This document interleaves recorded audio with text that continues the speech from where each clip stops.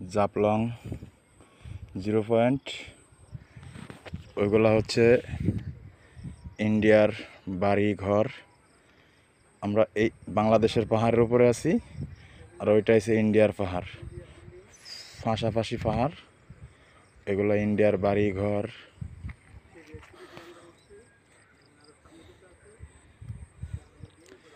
এটা হচ্ছে জাফলং 0 পয়েন্ট।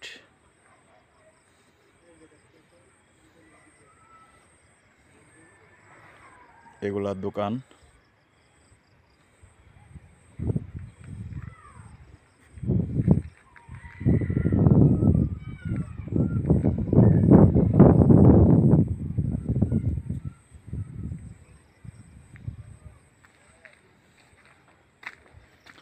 দিন যাইব আনার ভাই, গামাই গেছি।